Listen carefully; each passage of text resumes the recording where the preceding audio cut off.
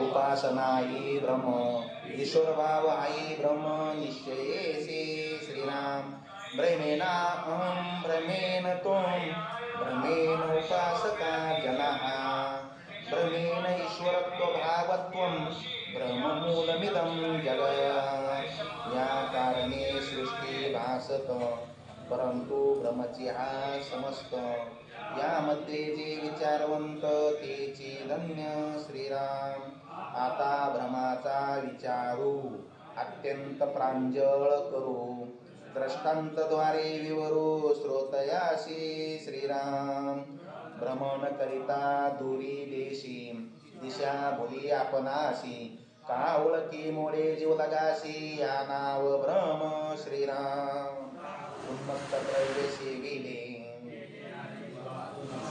नाना व्यता का झडपिले भूते तो ब्रह्म श्रीराम दशावतारी वाटती नारी काते मांडली बाजी गरी उगाच संदेयांतरी या नाव ब्रह्म श्रीराम देवीला ठावतो विसरला मार्गी जाता मार्ग चुकला पट्टणामध्ये भांबावला या नाव ब्रह्म श्रीराम वस्तू आपणा पाशी असता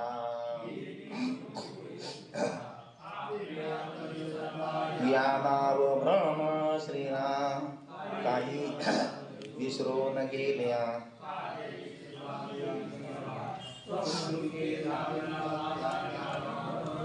श्रीराम दुश्चिन्ह अथवा अपशकुन मिथ्यावर्तेने भंगे मन वचके पदार्थ देखून या नाव ब्रह्म श्रीराम वृक्ष काष्ट देखिले मनात वाटे भूत आले काहीच नसता हडबडिले या नाव ब्रह्म श्रीराम काच म्हणून उदकात पडे का सभा देखोन पदर्पणी पवारे द्वार चुकोन बलती कडे जाणिया नाव ब्रह्म श्रीराम एक असता एक वाटे एक सांगता एक निवटे एक दिसता एक उठे या नाव ब्रह्म श्रीराम आता जे जे देई जेते तेते पुढे पावी जेते मेले माणूस भोजना येते या नाव ब्रह्म श्रीराम ये जन्मीचे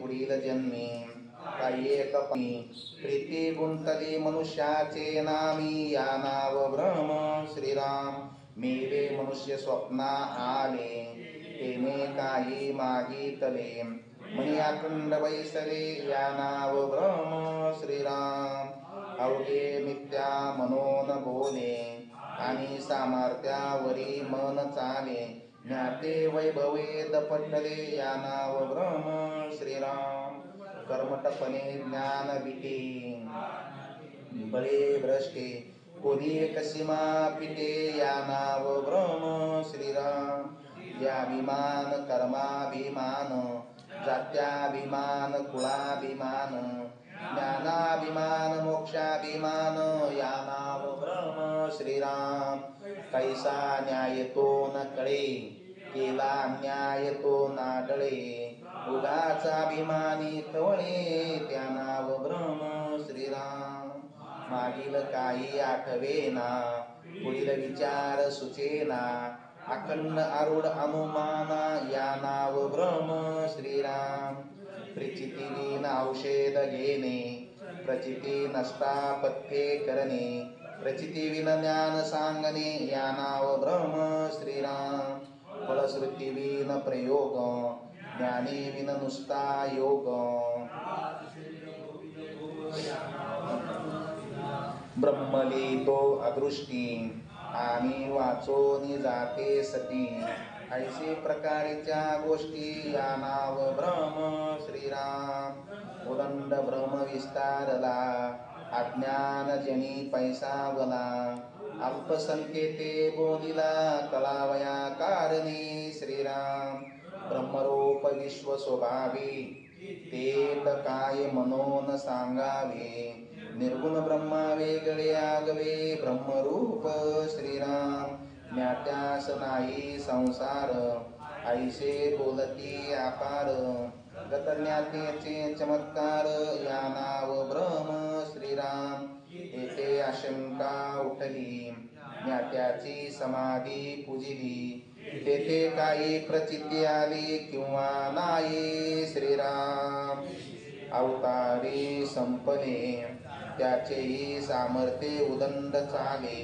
तरी ते काय गुंतले वासना धरुनी श्रीराम ऐशी आशंका उद्भवली समर्थे पाहिजे निरसिली इतुकेने हे समाप्त झाली कथा भ्रमाची श्रीराम इति श्रीदास बोधे गुरु शिष्य संवादे ब्रह्मनिरूपण नाम समास संवाद श्रीराम जय जय रघुवीर समर्थ। हा 5 प्रकारचा प्रलय सांगितल्यानंतर भ्रम त्या ठिकाणी सांगतात। हा भ्रम निरसन त्या ठिकाणी झाला की खाली ब्रह्म त्या ठिकाणी आहे। भ्रम गेला तुकामध्ये भ्रम गेला खाली ब्रह्म झाला आहे का नाही। अहंकार गेला खाली काय झाला देव त्या ठिकाणी झाला। पाण्यावरचं शेवळ बाजूला केलं खाली काय राहिलं पाणी राहिलं। स्वप्न निघून गेलं तर खाली काय राहिलं मग जागृत अवस्था त्या ठिकाणी राहिली। खोटं कळलं की खाली काय राहिलं खरं राहिलं त्या ठिकाणी असणार। आणि म्हणून अज्ञान गेलं खाली काय राहिलं ज्ञान त्या ठिकाणी राहिलं। आकाशामधले ढग गेले खाली शुद्ध अवस्था त्या ठिकाणी काय राहिली मग आकाशाची त्या ठिकाणी राहिली। वरती सूर्यावरती ढग आल्यामुळे आपल्याला सूर्य दिसत नाही पण एकदा ढग त्या ठिकाणी निघून गेले की स्वच्छ सूर्य काय होतो दिसायला लागतो। तसा भ्रम गेला तर खाली राहिला तो परमात्मा राहिला खाली राहिला तो देह राहिला त्या आपलं देव राहिला। प्रब्रह्म असतची असे मध्येची हा भ्रम भासे प्रब्रह्म आहेच पण मधीच त्या ठिकाणी काय होतो हा भ्रम त्या ठिकाणी भासल्या जातो। आणि भ्रम भासल्यामुळे आपल्याला जे आहे ते कळत नाही आणि जे नाही ते काय होतं मग कळायला लागतं। भासे परंतु अवघा नासे काळांतरी भ्रम भासतो पण नंतर त्या ठिकाणी काळांतराने काय होतो तो नासून जातो आणि नासून गेल्यानंतर मग कळतं अरे ही तर वस्तू आहे। वाकडी तिकडी पडलेली जी काही दोरी आहे त्याच्यावरती भ्रम झाला अरे बापरे म्हणला काय मोठा साप आहे अशा पद्धतीचा काय झाला भ्रम झाला। आणि नुसता साप नाही तो तर मला चावलेला आहे आणि म्हणून जास्तच भ्रम झाला। नुसता चावला इलाज चालू झाला कडू लिंबाचा पाळा गोड लागायला लागला गोड गुळाचा खळा कडू लागायला लागला आणि त्या ठिकाणी वित्तहानीचा झेंडू आला त्याच्या गळ्याला त्या ठिकाणी ठेस आला। सगळ्या गोष्टी त्या ठिकाणी व्हायला लागल्या इलाज चालू झाला आणि मग त्या ठिकाणी सगळे लोक घाबरले मरतो म्हणला आता काय होत नाही मी वाचत नाही। एक जण म्हणला साप केवढा के बघून तरी या आणि म्हणून त्या ठिकाणी बॅटरी घेऊन गेला बघण्याकरता तर मोठी कहाणी पडलेली होती तेव्हा अरे ते साप नाही बाबा तिथं मोठी वाकडी तिकडी शेळी बांधायची दोरी हो वल्ला आमच्या बांध्या शेळीची त्या ठिकाणी त्याचा भ्रम काय झाला मग निघून गेला।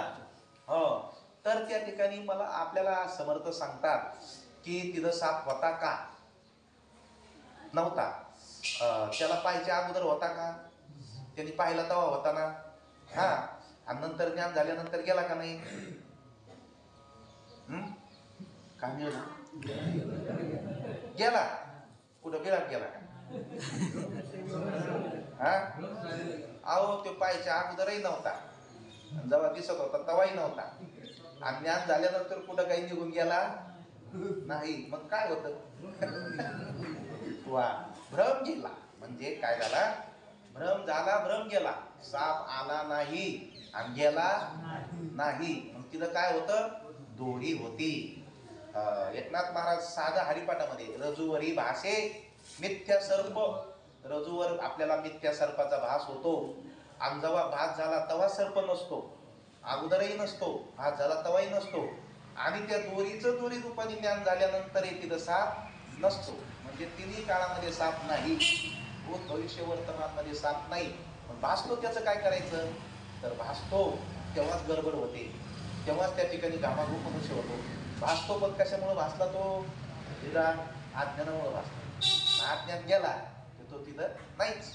तसंच समर्थ आपल्याला सांगतात आपल्याला त्या ठिकाणी या जगामध्ये अज्ञानामुळे त्या ठिकाणी या आपल्या परमात्म स्वरूपावर जगाची काय होते भास झाला आणि आता हा भास गेला की खाली जे राहिलेला आहे ना तो तो परमात्माच त्यामध्ये काय झालेला आहे, राहिलेला आहे का नाही. सुंदर उदाहरण लक्षात येण्याकरता शिमग्याचे दिवस पूर्वीच्या काळामध्ये हे लहान मुलं रंग विकत आणायचा, पळसाच्या पानाचं त्या ठिकाणी कलर तयार करायचे, फुलाचा भिजू घालायचे त्या डब्यामध्ये. कशामध्ये, एका मुलाने डब्यामध्ये ते फुलं भिजू घातले.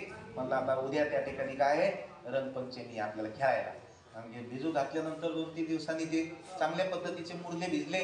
म्हातारं सकाळी त्या ठिकाणी उठलं, 4 वाजता उठणारं म्हातारं, डबडं कुठे त्याचं डबडं त्या पोराने त्याच्या पळसाचे पानं भिजू घातले, म्हाताऱ्याच्याच पोटखाली ठेवून दिलं. अरे डबं कुठे इकडे तिकडं पाहतं, गडबडीनं डबं दिसलं. बरं झालं. त्या ठिकाणी लगेच त्या ठिकाणी बाजाखालचं डबं घेतलं, बहिर दिशेला गेलं. पहाटचा टाइम होता.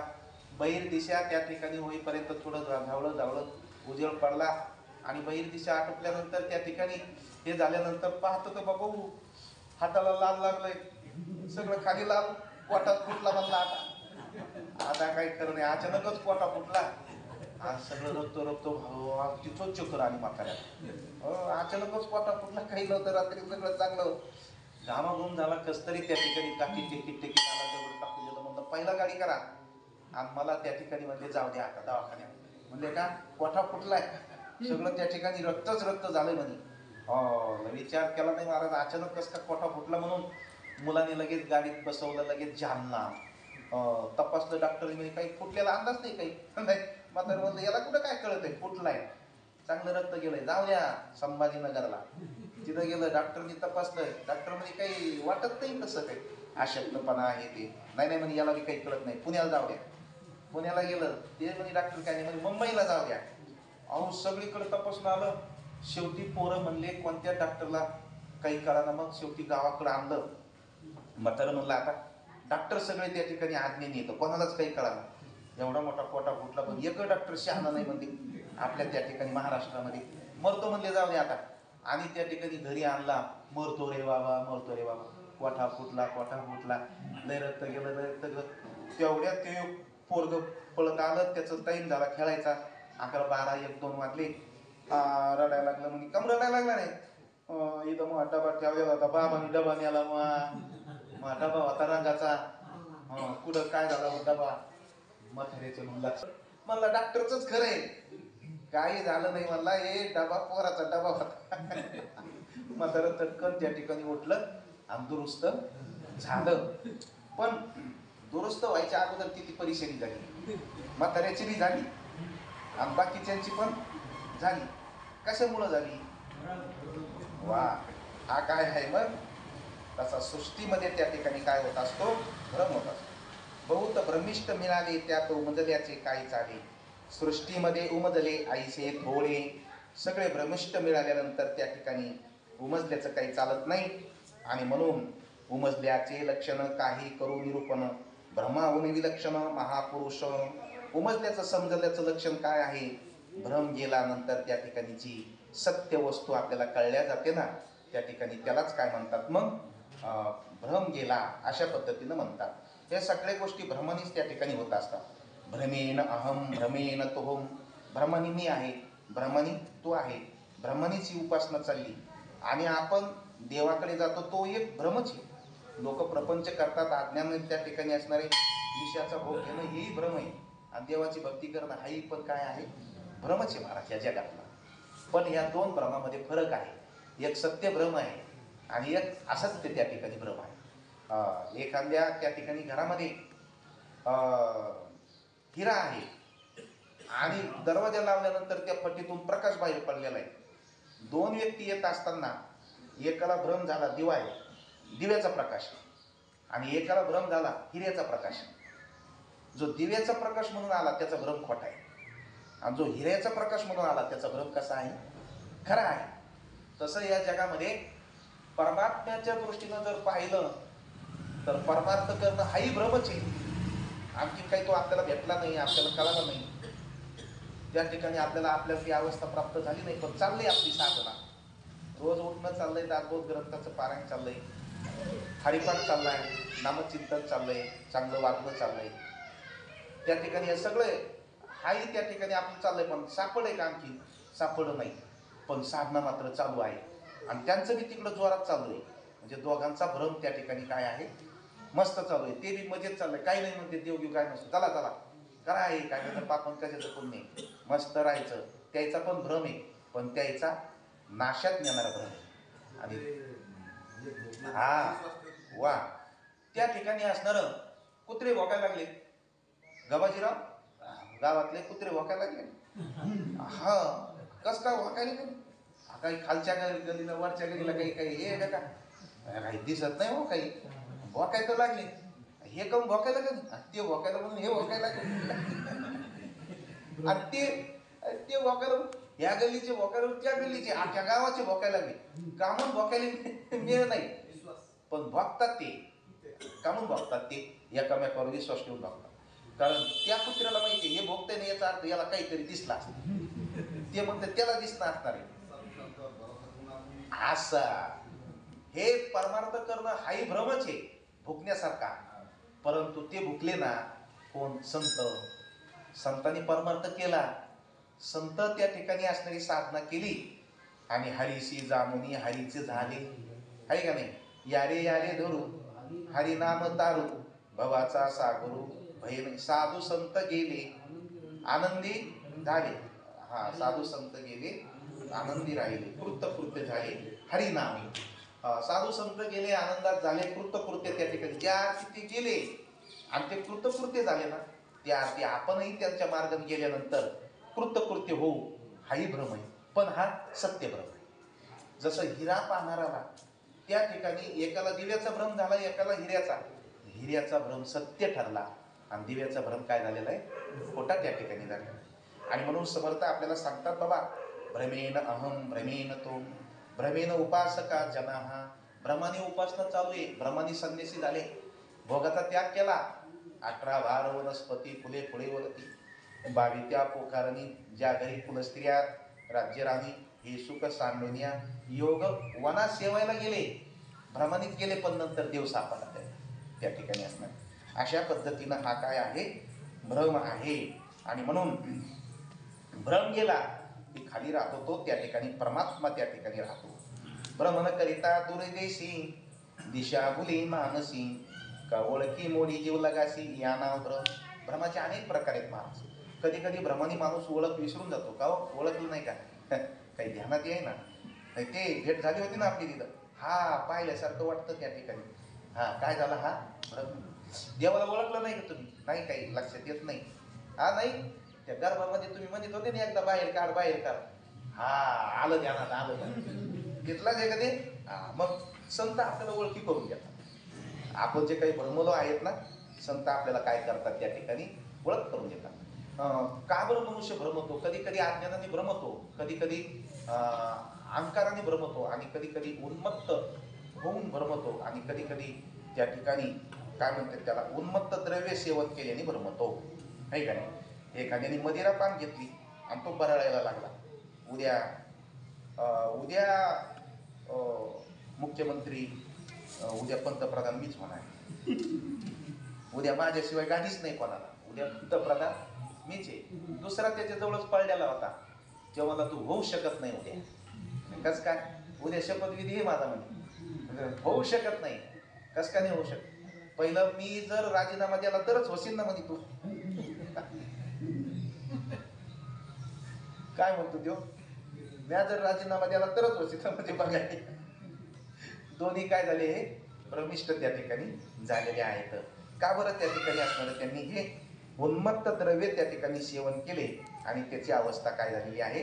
भ्रमित अशा पद्धतीची अवस्था झालेली आहे. म्हणून समर्थ आपल्याला अवघे मिथ्या म्हणून बोले आणि सामर्थ्यावरी मन चाले ज्ञाते वैभव दडपले या नाव भ्रम.